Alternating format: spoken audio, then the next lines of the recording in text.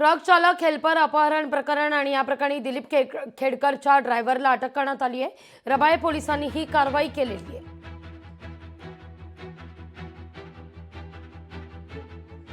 या सगळ्याविषयी अधिक माहिती घेऊया आपल्या प्रतिनिधी आकांक्षा देशमुख यांच्याकडून। आकांक्षा, काय अपडेट?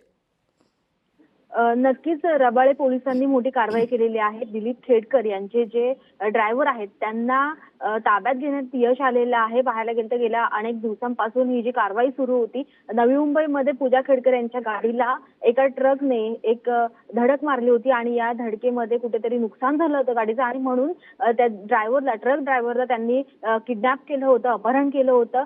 अखेर नवी मुंबई पोलिसांनी काही दिवसांपूर्वी जे अपहरण केलं होतं, किडनॅप केलं होतं, त्या ड्रायव्हरला सोडवलं। मात्र जो ड्रायव्हर होता पूजा खेडकर आणि त्यांचे वडील, त्यांच्या गाडीचा ड्रायव्हर होता, तो अद्यापही फरार होता आणि त्याला आता पकडण्यात यश आलेलं आहे। मात्र जे दिलीप खेडकर आहे ते अद्यापही बेपत्ता आहेत, गायब आहेत आणि त्यांना शोधण्याचं काम सध्या नवी मुंबई पोलिसांचं सुरू आहे।